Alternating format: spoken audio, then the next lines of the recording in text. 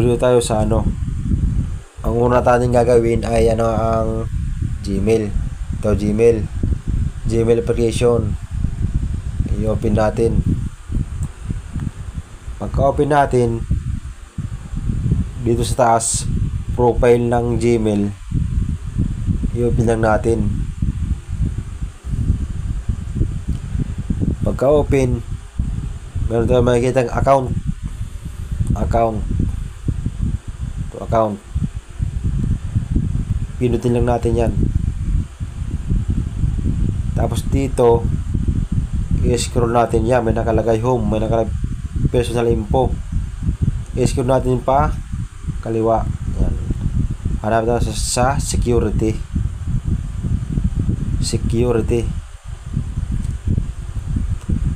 I-open natin yung security. Pag naka-open yan, ito ang unang gagawin dito sa protect your account. Pero hindi ko na ito bubuksan kasi magkatagal tayo. Pagbukas nyo yan, sundin nyo lang yung mga instruction dyan kung anong pinapagawa nila. Pag natapos mo na yan, dito ka naman sa review activity. Sundin nyo lang instruction din dyan kung ano ang sinasabi nila dyan. Pagkatapos mo yan, dito naman tayo sa ano, sa 2-step verification. Naka-off lang yan, naka-off. Kailangan mo siya i-on. Tapos ilalagay mo yung cellphone number mo dyan. Kasi important ito eh. Ano to eh.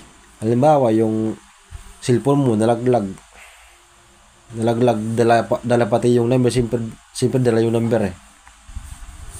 Buksan mo pa rin yung email mo. Kahit wala ka ng number, wala ka ng number. Ito yung importante. Kailangan mo yan ilista yung may number yan eh, may mga number yan na one time password. Tapos dito naman sa security code, sa ano din to, kailangan din to. Halimbawa rin nawala ni cellphone mo, nawala. Di kaya nagpalit ka ng ng cellphone. Nagpalit ka ng cellphone. Tapos yung number mo iniset mo dun sa isang cellphone mong bago. Pag nag-login ka ng email mo, manihingi ito ng one time password, OTP. Manihingi yan, mag-detect yan doon sa number ng cellphone mo. Kaya important din to. Tapos dito naman sa dito sa passkey, kahit hindi ka na maglagay dyan sa passkey.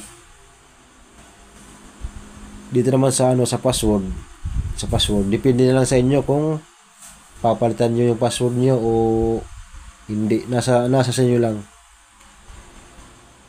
Dito naman sa skip password, na automatic yan naka-on. Automatic na naka-on na siya. Hindi mo na yan gagalawin. At saka ito hindi mo na kailangan yan galawin. Ito. Tapos dito sa recovery phone. Sa recovery phone naman, halimbawa yung number mo, dual SIM ka, pwede mo yan ilagay dyan, dalawang number ang ilalagay mo dyan. Pwede rin yung yung kung gusto mo yung number ng kapatid mo, pwede mo ilagay dyan pang recovery phone. Pwede rin, dahil pag nawala ang cellphone mo, ma-recover mo pa rin kasi doon sa kapatid mo ang isang number eh. Doon magkisindin nyo ng one time password eh. Dito naman sa sa recovery email, ang ilalagay mong email dyan yung hindi itong email na ginagamit mo. Ibang email ang ilalagay mo dito. Ibang email. Kasi kailangan din yun. Kasi pag nawala yung cellphone mo, nawala, mayroon kang recovery email. Hindi mo man mabuksan yung email mo, itong email na ito. mabuksan mo pa rin siya doon sa recovery email. Kaya kailangan to. So, hanggang dito lang tayo. Sana nakatulong sa inyo to. Maraming thank you. Maraming thank you.